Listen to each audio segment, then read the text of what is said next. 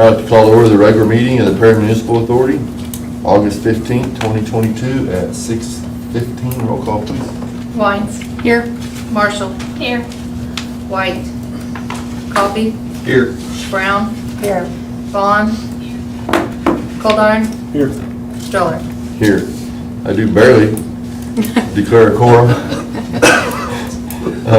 This evening's invocation will be by resignation. Let's pray.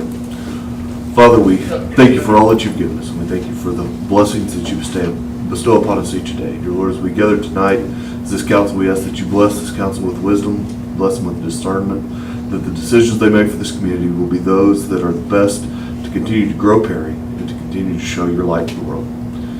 We thank you most of all for your Son, and it's the hope of eternal life that we have through him. It's in his name we pray. Amen. Thank you. Item 1, the consent agenda. One item. Motion to approve. Second. Roll call, please. Wines. Yes. Marshall. Yes. Coffee. Yes. Brown. Yes. Coldarn. Yes. Stroller. Yes, thank you. Item 4, comments from those assembled pertaining to the PMA agenda. Hearing none. Item 5, proclamation and commendation reports required by the governing body. Item 6, any new business that needs to come before the authority this evening. Item 7, motion on adjournment, please. So moved. Second. Roll call. Come on. Wines. Yes. Marshall. Yes. Coffee. Yes. Brown. Yes. Coldarn. Yes. Stroller. Yes, thank you.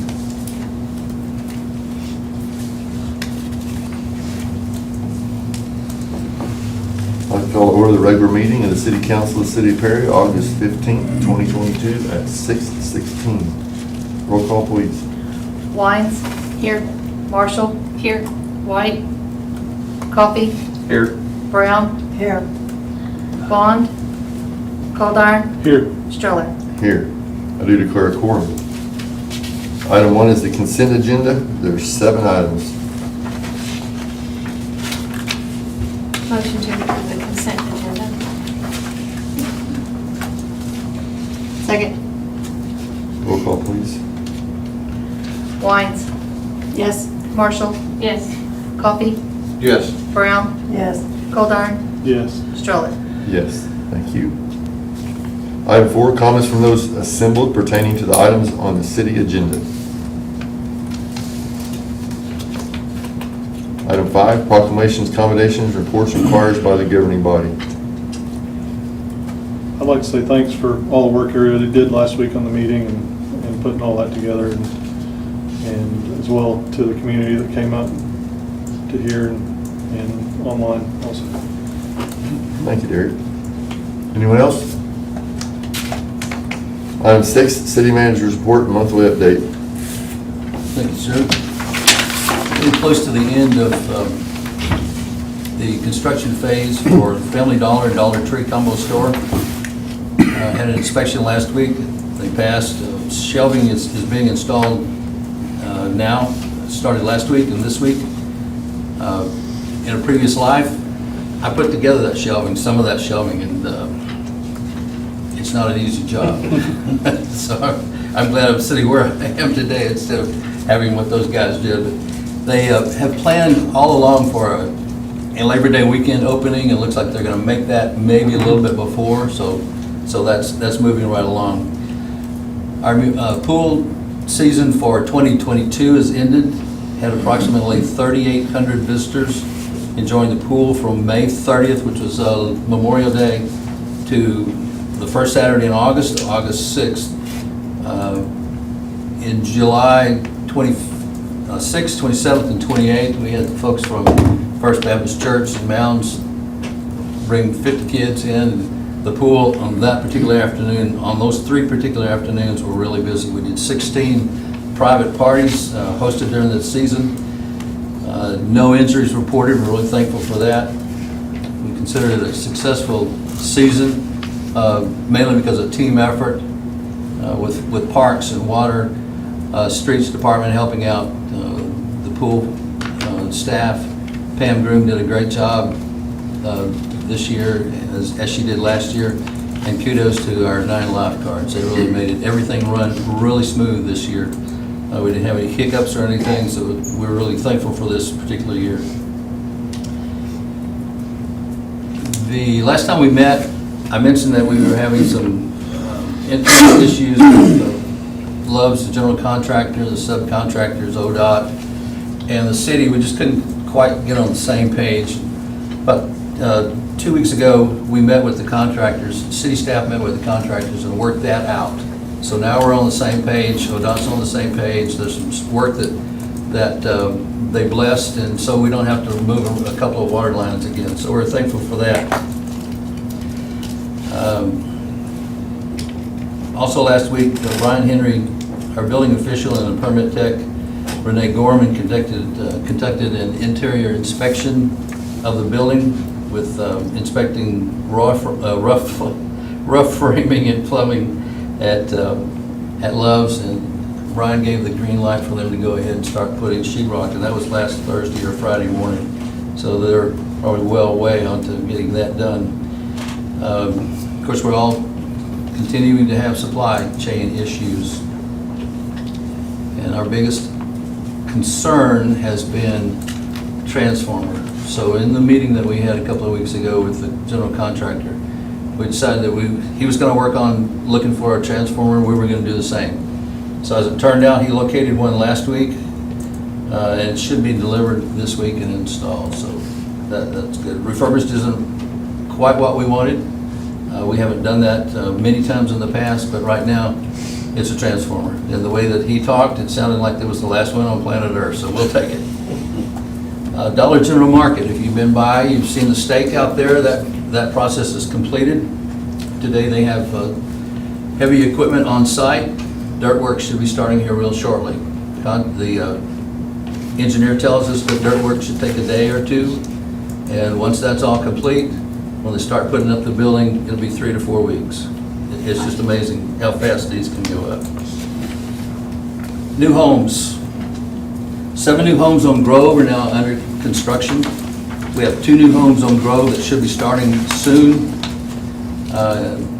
Pre-pandemic, the city was deeded a 2-story structure at 730 Holly.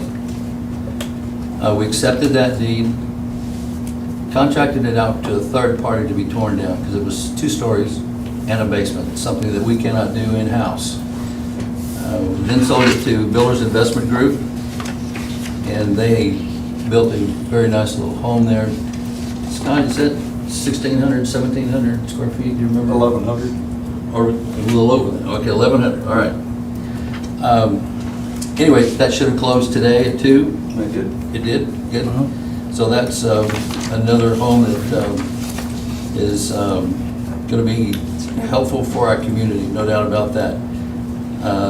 7 new lots in coffee have been purchased, and they should be in City Hall here shortly, getting other permits to get started. 3 new homes are currently under construction in Fairway, and with the homes that we have that are being built, that have been built, we only have 1 that's not under contract, and that's at 407 Grove.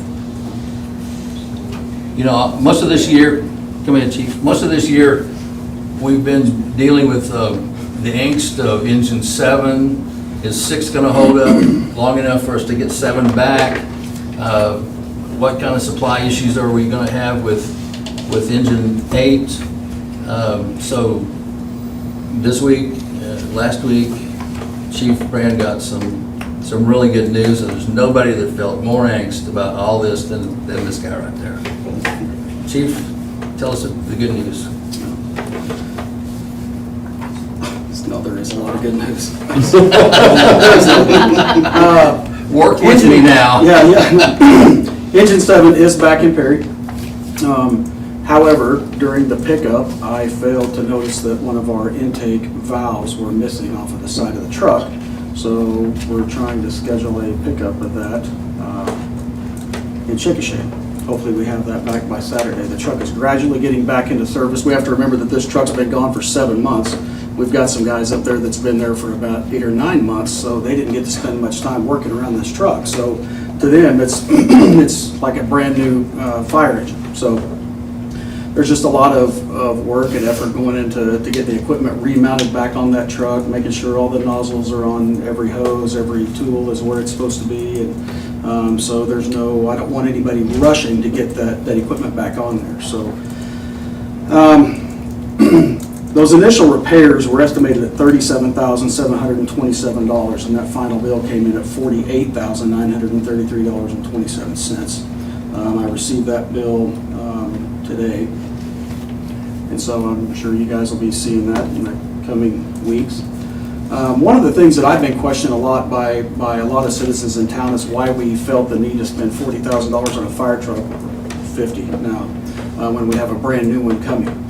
The fact of that was we had gone from an urgent situation to an emergent situation basically overnight. I mean, if you'll remember the story we had back in December when we were pump testing that truck, we had a catastrophic failure and that truck was no longer usable. I mean, it was, the pump mechanism was gone. So we didn't know we were going to receive this grant through the community development block grant that we received. So we were figuring that it was going to be another couple of years before we were going to be able to look at purchasing a new truck. So I just wanted to clarify that again, and for anyone that's watching, I wanted to make sure that everyone knew why that expenditure, why that decision was made.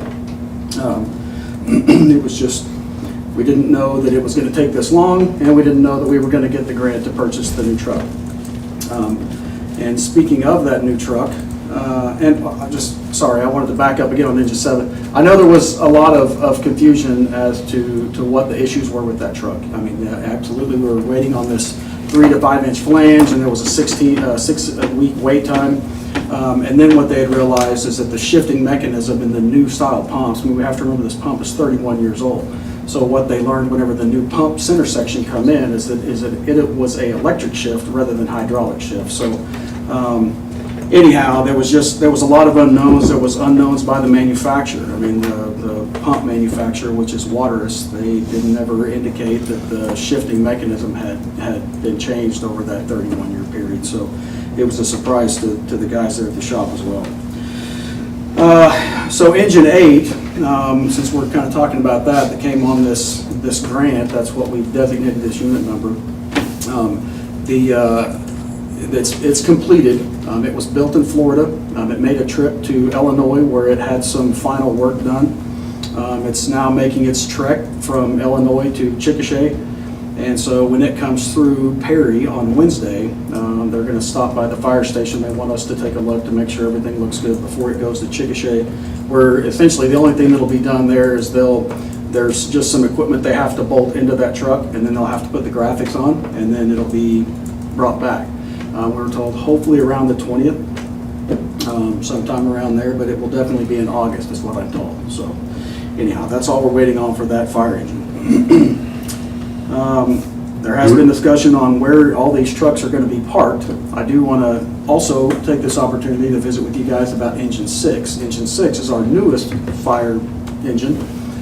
It's approaching 18 years old, and typically the lifespan of a fire engine, especially for the way that one's used, which is rural firefighting, is if you meet 20 years, you've done exceptionally well. So we have a lot of issues with that truck, and again, just to kind of remind everyone, that was the original plan back in January, was to send that truck to Chickasha for multiple repairs, and those repairs, we're going to find ourselves again in this situation if we don't get that truck down there. We've got electrical issues, we've got gauge issues, we've got valve issues. It's just wear and tear driving down county roads, general use. There's just so and just age. So anyhow,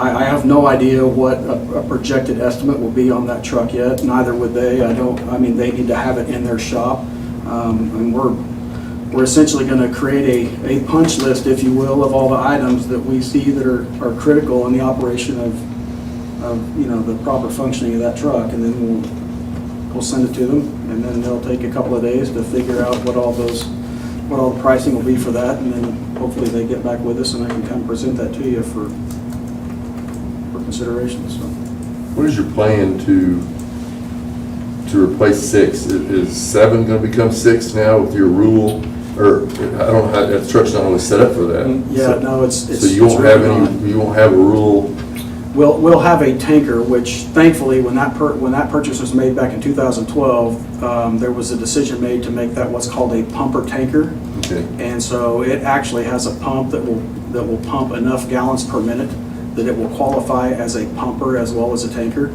Our biggest challenge with that one is going to be the weight on engine 6, which is the one that has the one that we're going to send to get worked on. The tank capacity, the water tank on the back of that thing is 1,200 gallons. The tank capacity on our tanker is 3,000 gallons. Yeah. So it's going to be an issue of navigating some of the roadways. Typically, I mean, that truck responds a lot to tank battery fires, and we most generally, I mean, I would venture to say it's over 90% of the time happen during lightning storms and torrential rainfall, and And it So just- stays closer to the roads. typically stays on the roadway. Yeah. And engine 6, you know, there's times that we have, you know, agricultural fires, agricultural equipment, hay balers, combines, tractors, swelters, whatever, in the middle of a pasture, and that's where that truck tries to go. It is very challenging for a fire engine like that, but you know, the next call may be right here in our city limits somewhere on asphalt streets, so. yeah. So, when you send 6 down there, then there will have a hole open to put this new truck in? That's correct. So if we get all the trucks back, we're gonna be one bay short? That's right. And that's my hopes, is at least buy us a little more time to make that decision on where we're gonna house that third fire engine, or at least give us some time to try to determine if there's a building big enough here in town that maybe the city owns that we could park it in, so. It's just been one of the biggest challenges right now, is trying to figure out where to park that thing. Now, you picked that truck because it will fit in the firehouse now, right? That's right. And that was the primary reason for the choice of that truck. We didn't try to spec anything else. That was really the only specifications requirements that we had. It will fit in the door. Measurement from the front bumper to the rear tailboard, so. With the 16th celebration coming up, do you think there's an opportunity that we could highlight that truck with the community for? Absolutely, absolutely. And I think that'll be that's gonna be, I think, one of the best things that we can do is, you know, if that truck is in service 3 to 4 weeks before the celebration weekend, we can at least, you know, show the community what their dollars just purchased, you know, so. Any more questions? Thank you, Chief Brand. Thank you. For the good news.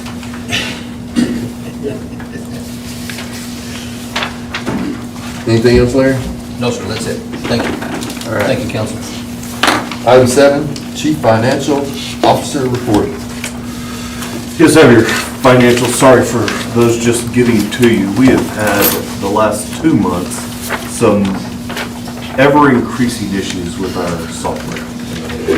It's getting to the point that we may be making a little bit of a change in-house on some general ledger pieces of the software. Because we can't keep on spending 10 and 15 extra hours a month trying to get things to work. Are you talking about on our part or your part? No, it's on our internal software here at the city. It's just, everything's worked well for so long, and, you know, it's not like it's just new people or something like that. It's literally, they've made some changes to the software and the way it updates and the things it does, kicks us out. We had payroll posted 3 times, you know, that was coming out. Anyhow, just a lot of issues that we shouldn't have to be spending time on. So I do apologize for these just getting to you to look at. Luckily, we're in the first month of the year, so it's not like major decisions being made. But we'll hit just a couple of things. Hotel motel tax collections were very good for the month. Now, there were 2 back month payments in there, so that actually kicked it over what our average should be, but that is very good. If you're looking at the other expenses on the fire, the chief is way over, and just kidding, chief. But fire is over. That was the grant money from the Malzahn Foundation We finally got the 23 units on it, and so that was about $120,000. That kicked us over there. The rest of the general fund looks pretty good as far as that goes. On the PMA side, we do have sewer expense will look out of line to you if you're just looking at the percentages. That was a Phase 5 payment and the repayment on the railing that was in last month. So that was another piece that kicks out and is a little bit over. There are two big things that I do want to hit that are not on this financial statement. Number one, CPI number for the month came out again. 9.1 is the rural south region that we look at and we kind of base our numbers off of. So we were 9.1. Our 2-year number is about 15.9%. I told you that number is going to trend towards 18 plus, maybe even up to 19, depending on how the fall comes out. So is still a concern of mine, is something that we need to continue to watch. If you're watching the gas pumps and those things, we are seeing some falling prices there. That will help a little bit, but still it's a significant number. Brings me to point number 2 that I want to go ahead and forewarn all of our citizens about. The pass-through wholesale electric cost. We call it our PCA, our fuel cost adjustment. You'll hear it termed all of those things. The number that came to us was an additional 0.8 cents this month compared to last month. That number was already 1.2 cents over what our projected budget number is in that. So we're pretty much going to have another 2 cents per kilowatt hour charge in a pass-through capacity. The city's not making another dime out of this, but what it cost us to buy wholesale electricity is almost 2 cents higher than what the projected numbers were. That results in higher electric bills. As we look at higher electric bills, one thing I want to let you guys know, we went back and looked at consumption and looked at how many kilowatt hours were consumed this year, this July billing period to last July billing period. We had almost a 25%, 24.8% increase in our wholesale electric sold, meaning customers turning on their air conditioners, the warmth, everything that's going on. That number is up almost 25% that we are, 24.8% that we are selling to customers. That extra heat is going to apply into this bill that's coming out this month and will carry on into the September bill just because of the way that we read meters, okay?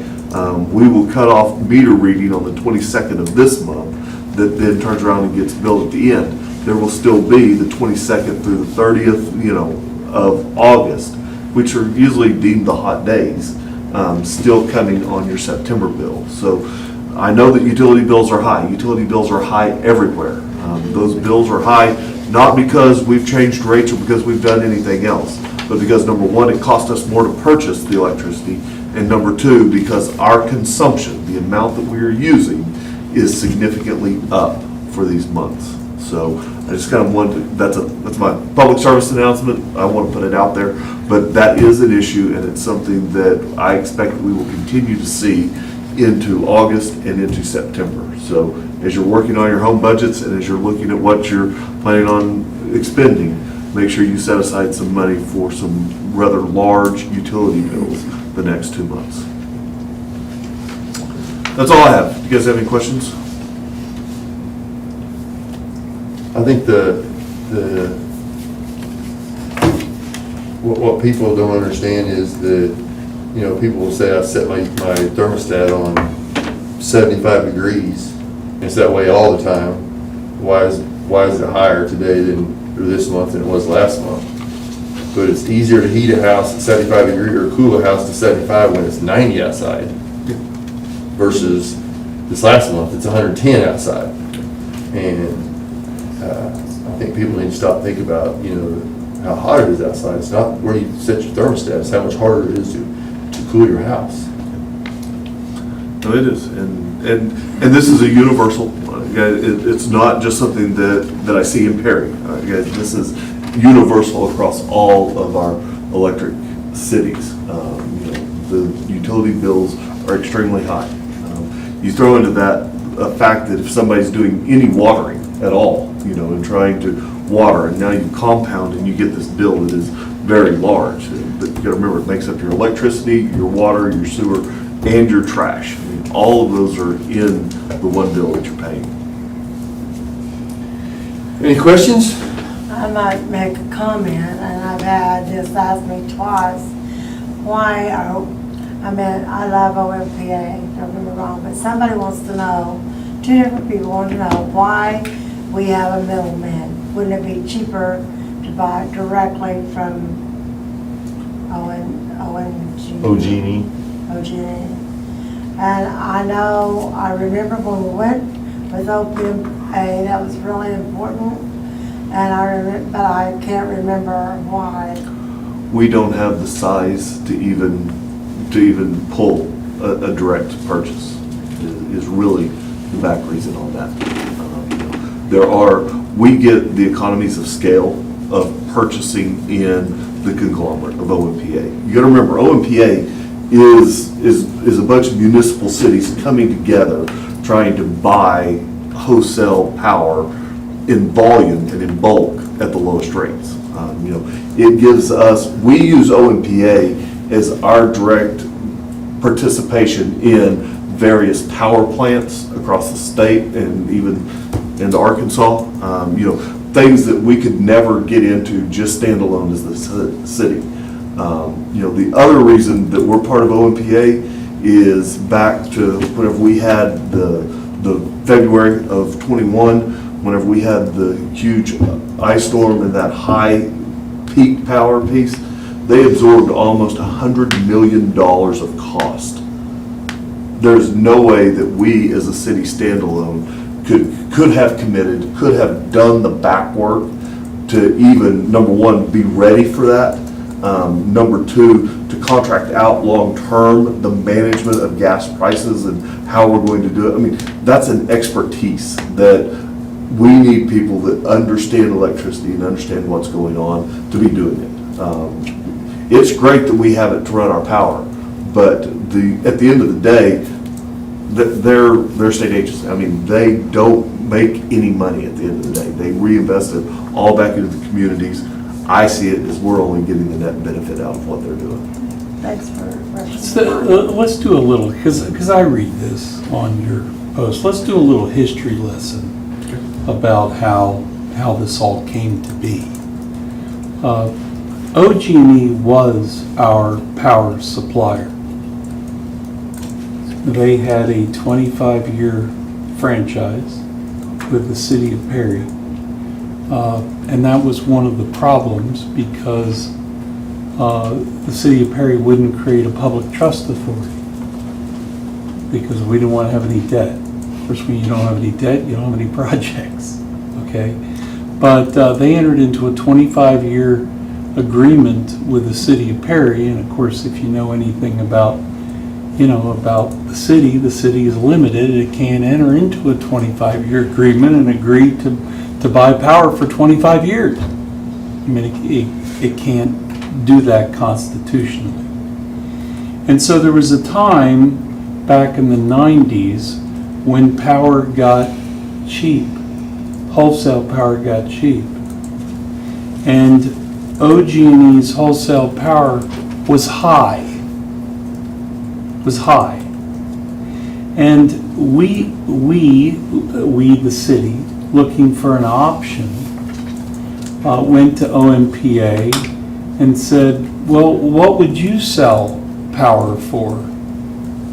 And they agreed to sell us power for 50% of the price that we were receiving power from OG&E for the first year. And the second year, like 45, and the next year 40, and then 35, and then 30, then 25, then 20, then 15. It's like 7 years that they were supplying power. And all during that time, the city of Prairie never raised its rate, 1 nickel, its electric rate. But it didn't change its rates. And it took that excess money, because it was paying less in the wholesale power, and it banked it in an account called the Capital Reserve, the Electric Capital Reserve account. And from that Electric Capital Reserve account, when we had the giant freeze, that destroyed all kinds of lines. Well, let me back up a little bit. What we did at that point is we upgraded all the electric in the community to make it under one rate and to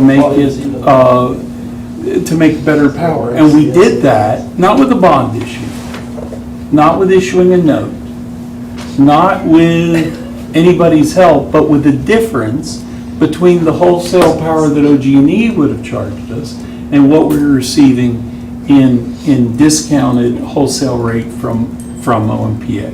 Okay, so then it was like, what are we gonna do? I mean, we come to the end of the discounts and the city said, what are we gonna do? So we went out to bid. And we put bidding documents out, and I mean, even at that, you can imagine how impressed OMPA was after giving us years and years of discounts, okay? And we put it out and we said, who will be our wholesale provider? And ONG, I have to remember this correctly, either bid or did not bid, or bid and pulled its bid, or would not bid. It was one or the other. But the bottom line is we got two bids, but they pulled the bid. They said, look, we can't really even supply your power. I don't know if it was too small or they had changes, but we're pretty much not supplying power. We're OG&E, like over in Enid. If you got OG&E, then you're getting it from OG&E. We're not going to be a wholesaler anymore. At least that's what they told me. And so the city really didn't have an option. Grand River Dam Authority is hydropower. That's all allocated. There are a couple other providers. They didn't bid. And we had to continue with someone. And of course, there's lots of reasons you pointed out. You're a member city. You own a piece of every electric plant and coal plant, power plant, and all that they have, and all that. But we entered into that agreement. Now here's the second part of the answer. Folks say that we won't provide the contract. Just ask for it. We'll give you a copy of the contract with OMPA. There's a contract and there's amendments that we entered into. By the way, we had to approve a public trust authority to get contract with OMPA. I mean, they weren't dumb. They recognized that they couldn't contract with the city. So that's when we created the Prairie Municipal Authority. Okay, and eventually, what occurred is we did enter into a contract. Now, how long does it take? When is the contract over? And the truth is the contract, because they have to go out and buy power to meet our peak. Under that contract, there is a 14-year rolling termination date, and it rolls every year. You didn't exercise it, well, now it's another 14 years. You didn't exercise it the next year, now it's another 14 years. And if you do exercise the termination date, then you have to pay stranded costs. You have to pay the amount of money that they went out and purchased all this excess power in order to serve you. You have to pay that back. So there is a way. I don't know that there's another wholesale power. Getting wholesale, and let me tell you the other point. Back then, it was gravy. I mean, there was excess of power out there. Well, that's why the price went down. Okay? I mean, lack of demand, price went down. That's not the problem now. The problem now is getting reliable power, and there's not enough. Why isn't there enough? Well, you go home, you're going to immediately plug in your cell phone, you're going to hook up your TV and your electric car, and you're going to turn your air conditioner up. There's not enough wholesale power suppliers. So I do that because I've read all this stuff on on Facebook, and I wanted to tell you, OMPA was our, I don't care what you think, was our friend. Help us rebuild it with the difference in that money. But once and OG&E pulled their bid, and we had one choice, and that's what we went with. And so did Edmond, and so did, Blackwell and Tonkawa and Fairview and lots of other cities. Cities on the other side of the state, even Stillwater. Stillwater has an allocation from Grand River Dam Authority. Stillwater is not an OMPA city, but there's very few that are over here that aren't. Well, and that- part of that is the delivery Didn't piece. the number like 150 member city, 156 or something? I don't remember the number. I thought it was like No, 70 no, yeah, or it's- something. it's like- It's less than that, Yeah. 50 or, It's like- 50, 60. It's not over 100? Yeah, they also serve in Arkansas, and they serve in other places. But, I've read a lot of that, and there's not, that's how it occurred. And we will give anybody that wants a copy of the agreement and the amendments. There's no hiding that. Well, and the other piece, and Bryce kind of left that out, not only do you have to notice the termination, but you also have to go out and then pay for the engineering study on the delivery of power, because you have to go to Southwest Power Pool. There are only so many providers that can actually deliver electricity into Prairie. Now, and that's due to lines and due to configurations, those change over time, but that's another significant piece. In some of our other cities, where we've gone through this process, because in the last 5 years, I mean, we've had two cities that went out. Their 25-year terms limited out on their contracts for wholesale purchase. Western Farmers was a big piece of that. They used to provide a lot of Western Oklahoma pieces, and OMPA was able to step in, and they became OMPA cities at the end of the day because of the wholesale price difference. So it's not a bad place to be.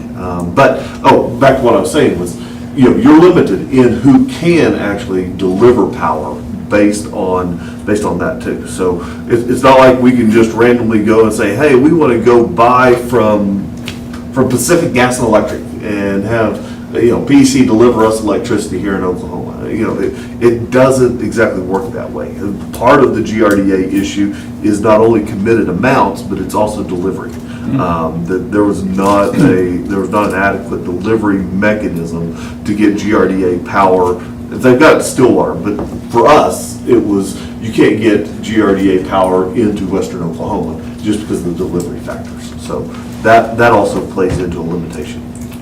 So does the kilowatt price vary from city to city? No.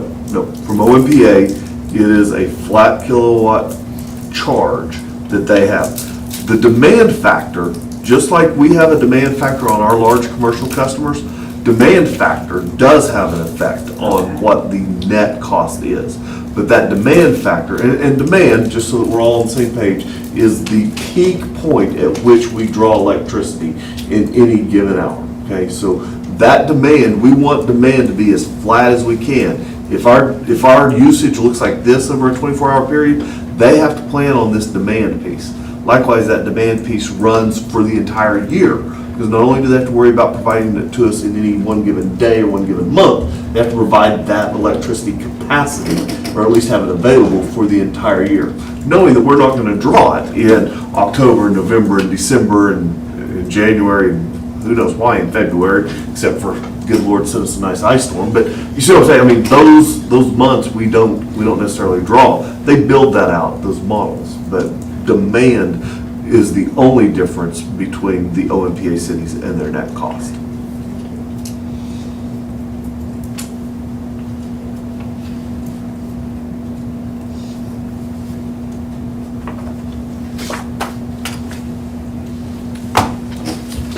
Anything else for us? That was Bryce too. All right, item number 8. Thank you for that report. Item number 8, consider nominating and appointing a qualified candidate for vacant Ward 2, Post 2 seat vacated by Amber Dillbeck.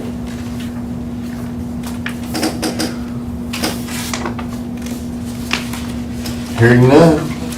What's our timing on that? Pardon me? What's our timing on that? 60 days. 60 days. 60 days. Yeah, we have 18th? till the 18th of September, which is Thanks. that the first meeting or? September 18th, so it says in the agenda. Yeah, Oh, I guess I could have read that. yeah. Let me I'll see. circle it, That's, that's what I have in front of me. Yeah, we're gonna have to do it by the first meeting or have a special meeting, Okay. because our meeting is the 19th of September, so next meeting or our special meeting, or call an election. Thank you. Item 9, receive recommendation from the Prairie Planning Commission regarding a site plan review pursuant to section 12-286 of the Prairie Municipal Code 2022 on the application of Ted Trenton for flea market use at 1402 Highway 77 North, Prairie, Oklahoma 73077, with a legal description of Prairie Township, Northwest 4, Southwest 4th of the Northwest Quarter, irregular tracts of Prairie, 1421 North, 1 West. Do we have anyone here that was at the Prairie Planning Commission? No, I know that. What was the recommendation? Do you guys know? She recommended. Pass. Approval of the site plan as presented. Okay. I think there was questions around pavement, and that might be something in the future, but other than that, I don't think there are any questions, right? Parking and. Yeah, park, things, yeah. Ted, would you let the council know exactly what your plans are out there, please? If you would just state your name and. My name is Ted Trenton, Thank you. and my whole plan is I went on a fishing trip earlier this year, and it was down in Texoma, and I seen some storage units, or I seen a sign, let me take that back. I seen a sign while we was driving around down there one morning, and we pulled into this sign, because it was some kind of junking sign is what it said. I don't remember exactly the name of it. But it was all storage buildings, and everybody that was there had their, they rented out their buildings, and at 8 o'clock on Saturday morning, they raised their doors up, and they did, they had crafts and, that's flea market stuff. And from 8 to noon or 1 o'clock, I don't know what time they closed, but they'd open their doors up and sell everything, or sell everything that they could. And then 1 o'clock, they shut their doors down. They didn't have to haul nothing out. They didn't have to bring nothing back. They just, every time they run out of stuff, they just bring it back in there and put it in the storage unit. And I thought it was a pretty good idea on doing it that way. And that's what gave me the idea of this deal. Cool. Do you own those storage units? Is that- Yes, sir. Okay. Y'all have any questions for him? So the storage units aren't gonna be like regular storage units? You're not gonna, people aren't gonna just take their stuff and leave it there? You're gonna be using them as storefronts? Some people will still have them as storage units, and Okay. the ones in the front will be storage units. The ones in the back are the ones, in the grass part. They're the ones that are wanting to have the flea market.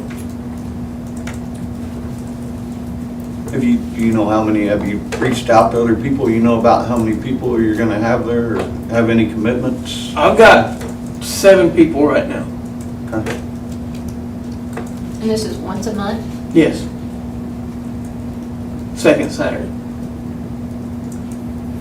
And is it just gonna be flea market stuff? Will there be food trucks or anything No like food that? trucks. No food trucks. No. It'd be flea market stuff, farmer's market, things like that. Does each unit have power? Or? No power. There's not power in the storage units either? No, ma'am. Not yet. Do you anticipate that they, similar to the one that you were describing, like at the end of the flea market day and stuff, they're not just gonna leave their junk sitting around the trailer? I don't mean it like that. I meant they're gonna be putting it up into the storage unit or hopefully selling it, but. They're not going. I'm not going to let them bring their stuff out and just let it sit out after the flea market's done. They're going to have to put it up and keep it clean.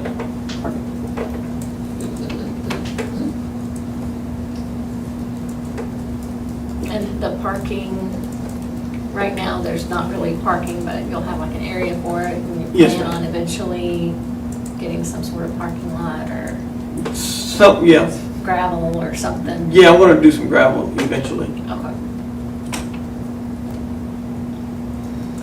Are you rebuilding units in the back?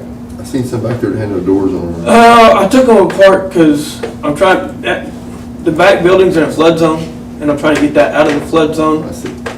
So, and I want to take the middle out of it and leave the framework, but and leave the framework and the roof and be able to put people in that, I see. in a 10 by 10 area. Any other questions? Thank you, Ted. Appreciate You're welcome. your time. I think it's a cool idea. Thanks. I make a motion we receive the recommendation from the Prairie Planning Commission regarding the site plan review for the flea market use described in the. A second. Any other discussion? And approve it. We're accepting the recommendation. Yeah, accept Okay. the recommendation. I'm excited, I love flea markets. That's cool.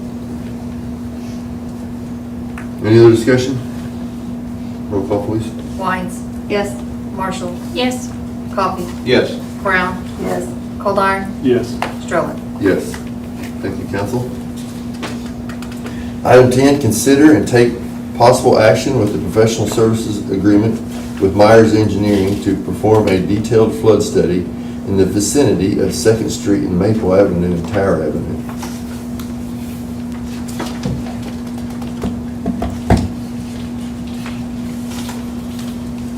And our friends here. Hello. Hello, Matt.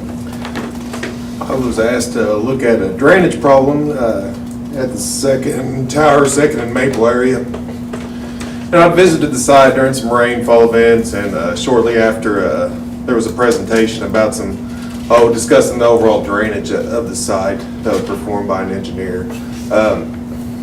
They had recommended possibly looking at cutting in a flume down an alley that was littered with utilities without a whole lot of benefit. It didn't have enough capacity to really mitigate much flood risk to some properties in the area. So I wanted to look at some other options maybe to lessen the flooding depths in the area and reduce the flood hazards to the properties in the area. So one of the first things I did was I looked at the flow rates in the flood study and report that was provided to the city. And I prepared a cost estimate to see what it would take to pipe the water out of the areas that were kind of low sag areas that we could catch a lot of water, get it underground, and where we might take that. And that was going to take about 1,100 feet of 48-inch pipe to carry a 100-year flood event. The cost estimate for the alternative was around $1.2 million.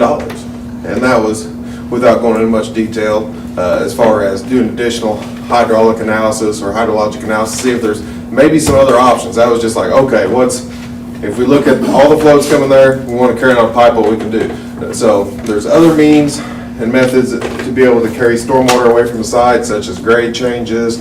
I did notice there, just on the north side of the Maple and 2nd intersection, there's a low-lying area there that ponds water.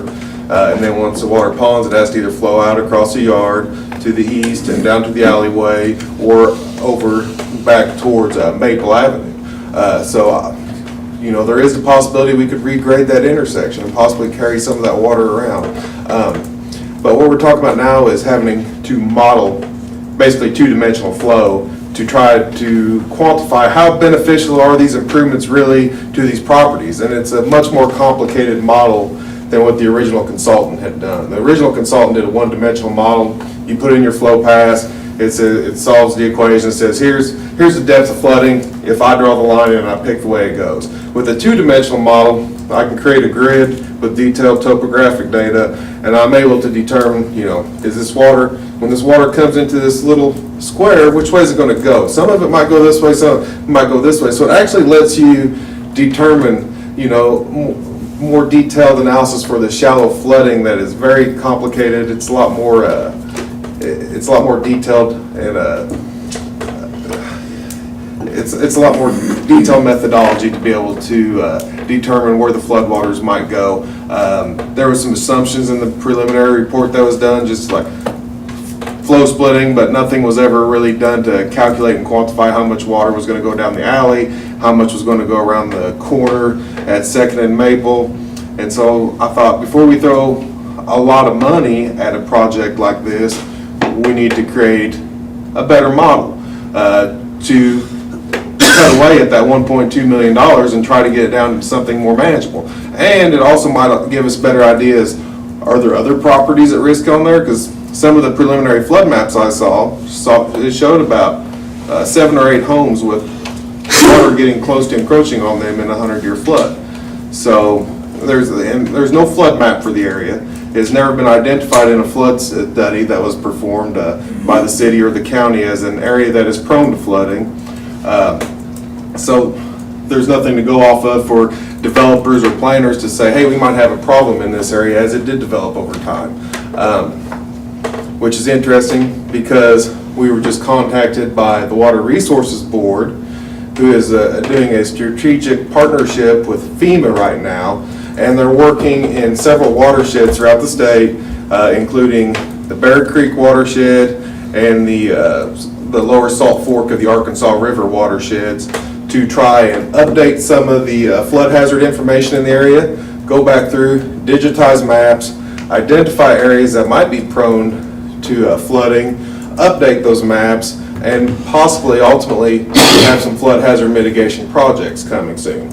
And that just came out recently, and I filled out the online forms to get to talk to one of their coordinating consultants to try and get us on the list to maybe update some of our information and see if we might be available to receive some additional funding in the future, or possibly get some additional studies, maybe funded through some grants or something of that nature.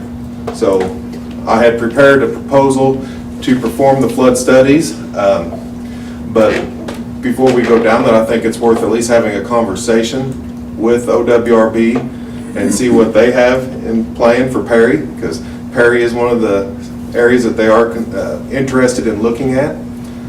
So I would suggest we do that. The other deal is, if this area is to get flood mapped, I think it'd be worthwhile to have some conversations with people that live in the area, because there are implications if that were to be flood mapped. Anybody in the community can purchase flood insurance. The community participates in the National Flood Insurance Program. So anybody that has a home that is not shown in a special flood hazard area can purchase insurance. Anybody that has a home that is in a special flood hazard area on the flood maps that was constructed before that map was adopted can purchase flood insurance. Okay, so if somebody wants to go purchase flood insurance now for a home that's not shown in a special flood hazard area, the underwriters are going to see it and say, oh, there's not much risk there.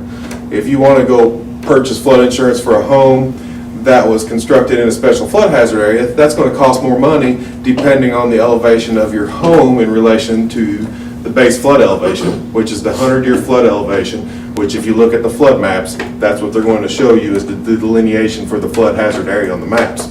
So if my home was going to be adopted into a flood map, I would go out and purchase insurance today, because it's going to be available for a subsidized rate for a period of time after those new maps come out. Excuse me, you cannot buy insurance for your house. You have to go through FEMA, and deductibles are so high, you cannot afford it. I've tried to get flood insurance on my I'd home. like to read this directly from the Debbie, FEMA please web. read I'd like to read this directly from the FEMA website. This says, myth.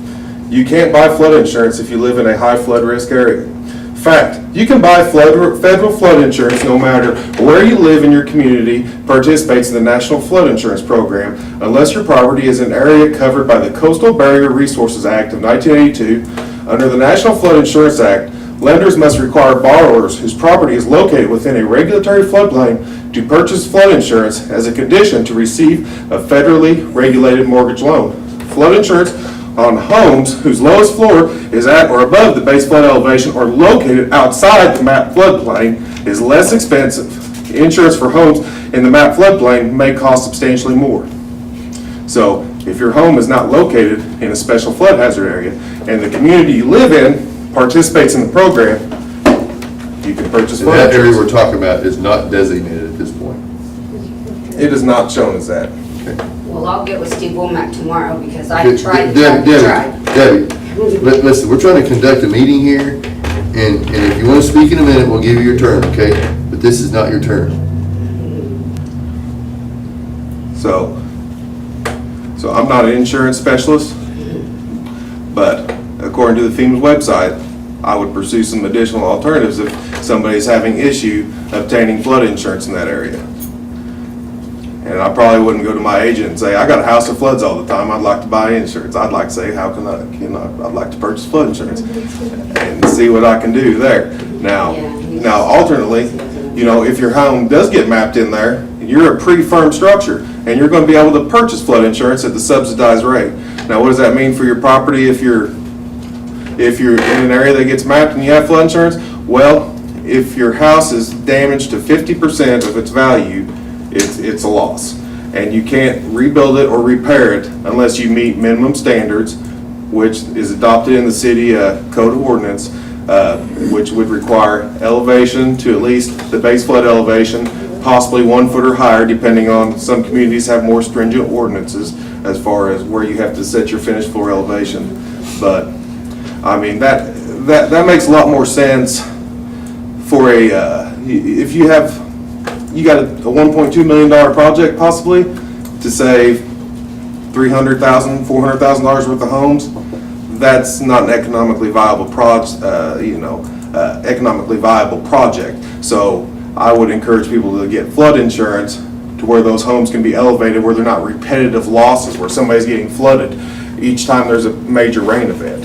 And I don't know if we've even had a major rain event, so there could be more than one property at risk. And that's what would be nice about having a detailed flood study, is we would actually have a better understanding. Is there one house? Is there 8 houses? What's the true risk down there? So we could do a full-blown risk assessment and economic analysis to be able to justify a major capital project to improve flooding in the area. So at my point, that my recommendation is let me talk with the OWRB and FEMA representatives to see what they're doing on their flood studies, and maybe pump the brakes on me going in and looking at a flood study for one house at this time. And then come back and report. Yes, we'll have the meeting here with the city, and then we also, after that meeting, we need to meet with people that live in the area, that if we did ever want to do a flood map in that area, would know it was coming, have an opportunity to purchase flood insurance, because their lenders will force them to purchase flood insurance. Once that map goes out and they look on the map and say, oh, your home, your property is located right here in this flood hazard area, well, the lenders are required that you carry flood insurance on your home, and that could be $3,000 a year, or it could be $500 a year, just kind of depending on where your finished floor elevation is in relation to that flood elevation.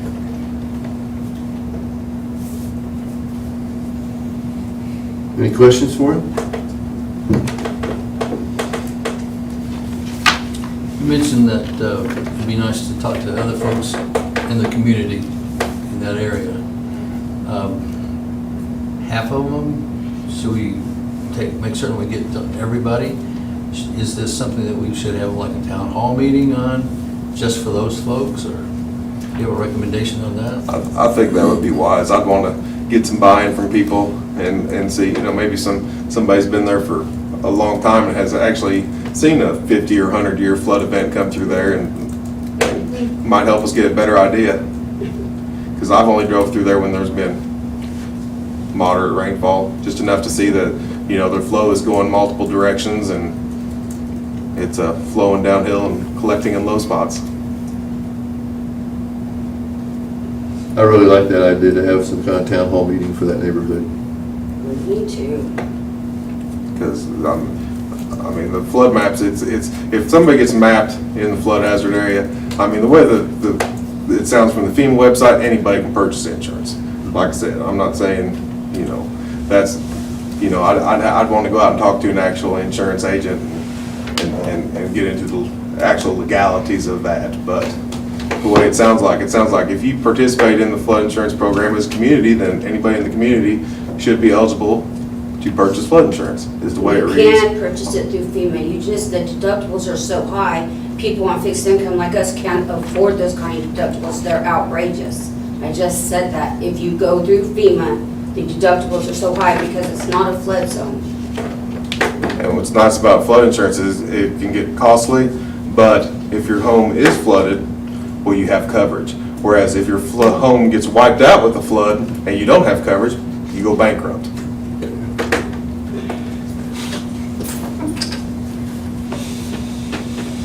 Any questions for Matthew?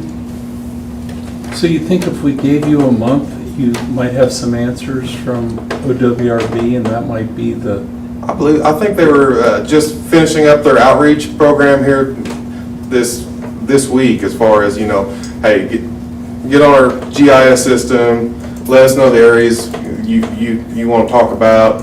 I've done that. I'll reach out, make sure I'm a squeaky wheel and get to talk to them very early on, so maybe we'll know something, because if we want to have a town hall meeting, I want to have that conversation with them first, so I know what's going on there. and/or have somebody from there here. I mean, if we could. And Yes.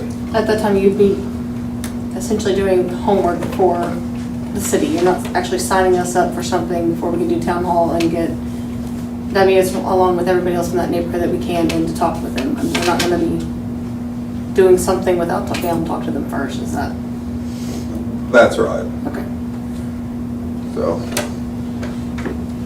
my conversation with them at first would basically be, we'd like to just talk to you and see what you had in mind, and see, because like I said, we don't want to just go drag people's homes into a Exactly. flood hazard area, and then all of a sudden their mortgage payment goes up $300 a month. We don't want to do that. I don't want to see that happen to somebody. But at the same time, people need to know, hey, we might want to purchase flood insurance now, We need to let them know what's coming down the road. because it'll be subsidized for a period of time. They can't just especially if you had flood insurance out the gate, and then all of a sudden, now I've got a flood-prone property. Well, I believe there's federal protections that keeps insurance from just skyrocketing, because it's a subsidized program. It's probably one of the only government subsidies that's actually, worked out pretty good over the course of the history, because it hasn't been as bad a blow throughout the time. The flood losses have actually kind of started to diminish over time since the adoption of that policy in the 70s. Because it's more difficult for people to build stuff down in the floodplain. My dad sat for many years on the Upper Black Bear floodplain commission, and it was amazing how many people would show up and say, I want to build a house there. And they're like, no, it's in a floodplain, you can't do that. Well, let's buy more insurance, we want to build a house there, Well, they wouldn't grant them permission to do that, so. But it is amazing how many people still want to do that, regardless of them knowing that that's going to, it's within a 100-year flood situation, and if you can do it, but it's not with our blessing, it's going to cost you a lot more insurance money. And it can be done, but it has to meet minimum standards, so. The OWRB, is Oklahoma Water Resources Board. So the plan would be for you to talk to them and then have a town hall to discuss that, and a better hydraulic survey that might provide better options, actual options. That's right, and see what people's thoughts are about, basically try to figure out what get some more information on the insurance requirements, what is the insurance ramifications for these residences if it gets adopted into a special flood hazard area on the flood maps. What's best for them, let people know that, hey, you might want to go ahead and get flood insurance, because we had a preliminary study done, and this preliminary study showed these 8 homes fairly close to being inundated during a 100-year event. And if we get a bigger event, if I live down there where the curves around in that low-lying area, that water where it goes out, that little flume there and heads towards the railroad tracks, I mean, it's as wide as this table where that water can flow out. So it's going to just pool and build up and have to get out of there. And I think all those houses right there in that area could potentially be flooded someday. removed. So if you would just, on our behalf, gather that information and bring it back to us as soon as you can, Matthew. I will. Thank you. Any other questions for him? All right, well, you can just stay right there if you want to. Item 11, a report from Matthew Coe on the status of the replaced water line project. I submitted, I had one round of comments on the specifications and plans. I resubmitted everything this morning to the DWSRF engineer with DEQ. Looks like we're going to be able to advertise pretty soon. As soon as she tells me to advertise, I will advertise. I'd like to be on the September board meeting for loan closure. If they tell me by Thursday before noon, I can advertise. This project will be in the paper on Saturday. If not, the next chance would be Wednesday, I believe, for the next legal notices in the local paper. But either one of those dates will get us before the September board meeting, which is September 20th with the Oklahoma Water Resources Board. The application has been filed with OWRB.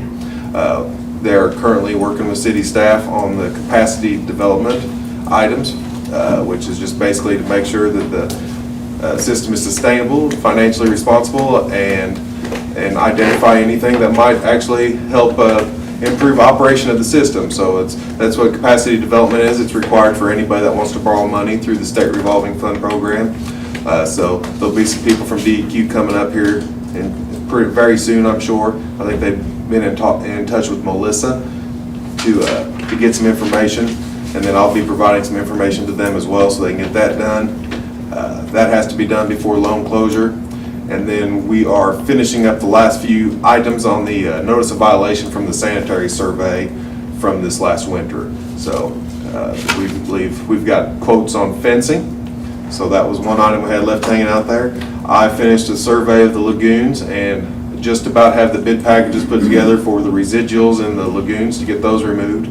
So as long as I have that submitted before closing, we're good there. So we're looking good on that front. And there was a chemical tote that needed to be moved from one side of the treatment plant to the other. And those were the only remaining items that could hang us up. And so everything is on path to get to loan closing first and take advantage of principal forgiveness. I'd like to get bids in time where maybe we could have a meeting before we go to the OWRB for loan closure, because we may need to trim some fat off the project to get it back down to work within our budget. I know we were trying to hit $4 million when we started to take full advantage and get the $1 million or 25% principal forgiveness. The project's, as it is right now, is going to be over $4 million. I'm projecting around $4.5 million is my current estimate. But we have the capability to cut some lines out, reduce the scope some, to be able to work, to give us some flexibility in the budget.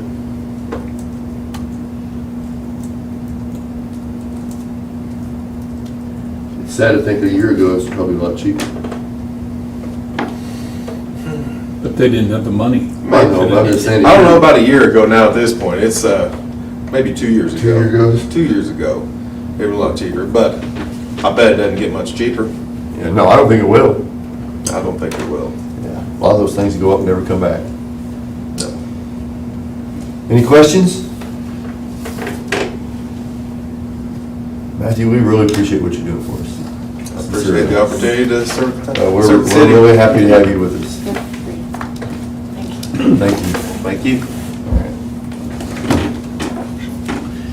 Item 12, discuss a special election of August 23rd, 2022 on the 1% medical health sales tax extension and answer any questions which still may remain.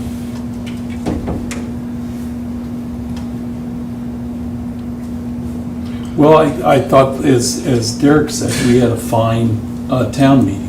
Derek ran a great meeting. Yeah, you did.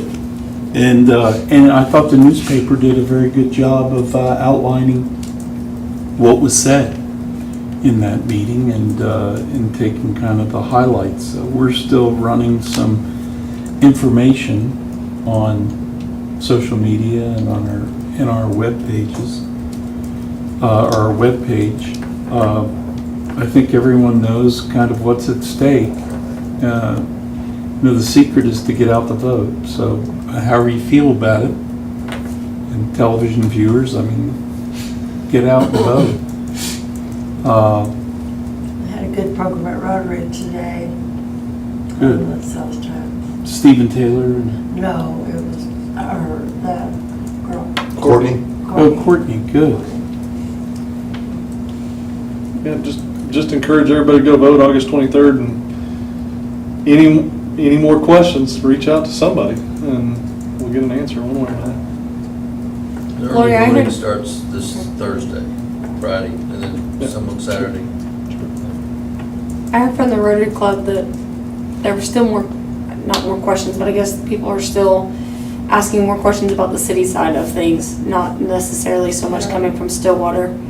And so it was brought up that maybe I know we're doing a lot on social media, but maybe there's something we can do about frequently asked questions or something more on our side. Well, they did say there was somebody was there from the city, and I was there, Representative Winterholm, and I didn't know the answers to the questions. I mean, one thing I couldn't hear. But most of the questions came from First Bank employees. I'm sorry, I can't remember. But it seemed like Mrs. Duke. Sheldon. Sheldon. Yeah, and Bole Mason. that asked a lot of questions at the meeting, was asking them questions today. So, and they were facing the front and I was behind them and I couldn't hear everything that they were asking, but,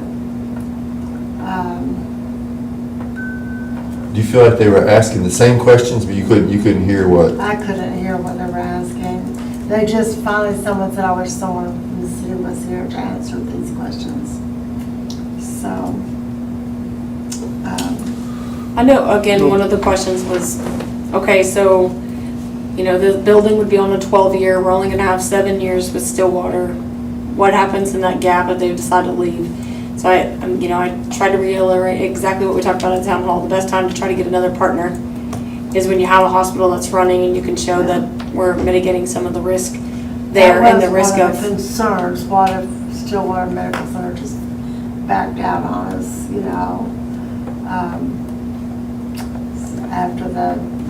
after the tax thing was done. And again, the 7 years happens after we're done with the renovations. After the is when remodel, 7 years which I starts. So think it's- it was like it's 20. further into the 12 Like years. 2 than 7 or years. 12. It's more like 9 years. Right. Yeah. More like 9 years. And the truth is after that time, we may want out. We may have a better option. Because this model, the cost, the reimbursement on costs that we're going to get is going to make this a viable hospital. Right. And there may be some real interest in it, but we've got to get it remodeled, and we need a partner right now to do it because we don't want to pay the losses. We don't have the money to do that. Right. So Well, in I real think hospital, that- sorry. sorry. Go ahead. Well, that was one of the questions was, what's the backup plan? And currently, this is the plan. But it might give us a backup plan in the future that isn't there today. there is no backup plan because there is no other partner. Right. And as far as Stillwater wouldn't be playing with us right now, if they weren't intent on doing that. This contract Right. is all but signed. It's gone through all the reviews. You have to look at it again. They have to look at it again, but they wouldn't be doing this. They would just let the current term finish. And what could we say? They lived up to their contract. There's nothing that we could say except thank you. But they're the ones that have the interest. They're the ones that have been out there trying to sell this issue to the public, having multiple, community meetings and the like. And, I think Rick Johnson said it about the best at that meeting. There were lots of people that said it real well. I think Curtis said it really well. A few cents to take care of people. I thought, he kind of hit it, but Rick did too, in talking about the Malzahn family affiliated trust. I mean, this is one of their key issues, and they see this as a crush to economic development if it doesn't occur. So, Well, and rural hospitals are new. That starts in January, so we don't really, that's going to be new for other hospitals to find and look at us and others about how hospitals are running, and is that something where they can get into? And if we take the risk now in order to have a hospital that's resized and set right for that, and we're doing things right, then that does give us the option of having more hospitals that would be interested down the road versus right now them waiting and kind of seeing how it's going to go, which isn't going to help us out on getting different partners. And again, we've scoured and talked to every single hospital partner that's out there. people other than us, people with Right. with positions much Absolutely. more responsible than us that are in the business have checked, and we have gotten nothing. One of the interesting things at the table, Patty Davis, she knew a little bit about it because I sent her a little bit of information. She provided, the information that she had. But by the end, she was saying, this is the greatest opportunity, because she sees these hospitals fail and go bankrupt, and she just thought it was just a spectacular opportunity for Perry. But One other thing, this is something this council's been talking about for many years. And I see that we will continue, even though, if we're able to keep this open for another 10 years, we'll be talking about it all those 10 years and many more years. I mean, it's important, and it's something that will be on the forefront of our minds as we continue to try and fix this with the new solutions. you think about this time that we've continued it. We've had Medicare expansion approved by the public, which did a lot, providing more dollars. We had COVID. We wouldn't have had a hospital here during COVID. We've greatly expanded the fire department, its paramedic stuff. All of this has allowed us, and other things have happened, which this 5-year breather that we've gotten, there have been a lot of things that have lined up, probably will be the same kind of things that line up during this additional period, things that are good for the hospital. I'm just glad that we got done what we did, because that it should have closed on April 1st, 2018. That's what should have happened, and it didn't. So It was a good meeting. It was. yeah. I've been getting some texts from a lady that works at the hospital, is kind of in charge of information, and she says that they have fact sheets at the hospital. Anyone who wants to come get more information between now and then, and I asked her if we could get that moved around town, and she's agreed to bring those fact sheets to City Hall. So maybe we should take it upon ourselves as a staff to find places around town this week to place that information for the public. Very definitely, yeah. So I'll let her know to bring that to City Hall to you all. Great. And whether we can duplicate it or whatever she has, I'm not sure what she has, but we can make more copies and just get it out where the public is. At least get some in the banks and where people, at the grocery stores, that's where people go. Where people congregate, wherever they're at, It was a good fact sheet because they distributed them at Rotary today. Okay. I thought it was very good. And they have an electronic copy as well, so. Yeah.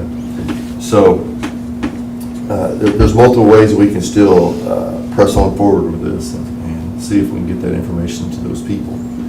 I just think that our community is right at the cuffs, it seems like, of becoming a lot better than we have in many years. And this could be a huge setback for us. And, for many years as being on the council, and Derek's been here, there's been many things coming and coming and coming and coming and coming and coming, and we just never could get over the hill. It just seems like right now, we're at that point. I mean, look at the businesses that are coming, look at the housing that's coming, and the loves, and we're at that point, and we just don't want to take a chance on setting this back, you know. And I just think that I think the community will support it. I hope they will. So just get out and vote, you know, and we as a city council will work diligently for, like Derek said, for many years to come and try to improve on what we have now, you know. But we have to have what we got now to be able to improve on it. And so I think this is a very passionate subject for all of us. Well, and I thought it was great hearing from mayors and hospitals and things that, or what happens to a community when they lose it. Mhm. And you can't go backwards, so. You know, once it's gone, it's gone. Once it's gone, it's gone. I don't know of anybody that says, hey, I'm so glad that we lost our hospital. I mean, there's just not there. And Or something better came along after that. I mean, everybody that we talked to, it was a struggle ever since If that you lose it, happened. you're not getting it back. Yeah, the other big takeaway is, we think the remodel cost now would be bad. If it closes, what it takes to get that license back, it'll be even worse, because Yeah. the remodel cost would be much higher. We won't have remodel, we'll have a demolition and a Yeah, rebuild. because I mean, if that hospital, if right. that building closes within a year, it'll be a disaster. And I don't remember how long it was that I was in the old elementary school after it closed. Our church was looking for some place to expand, and we investigated the old elementary, a portion of it. And it was like 2 years after the place closed, there was a group of us went in there and looked inside that school. There was no saving that school. It was amazing how fast it deteriorates. So that's what will happen with that building.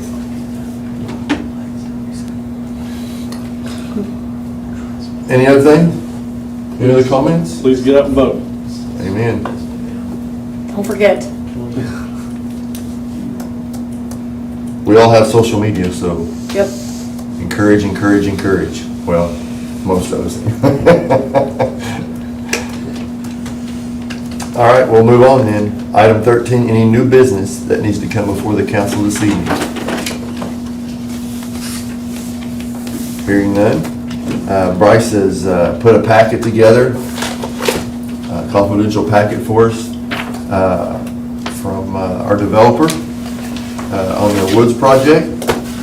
And we're not going to go into executive session tonight because there's not much to talk about. He just wants us to take these packets home and read through them and come back and have discussions. Hopefully we'll have more members here at our next meeting and we can have this discussion. And so that being said, we'll move to item 17, motion on adjournment, please. So moved. Second. Roll call, please. Wines? Yes. Marshall? Yes. Coffee? Yes. Brown? Cold Iron? Yes. Stroller? Yes.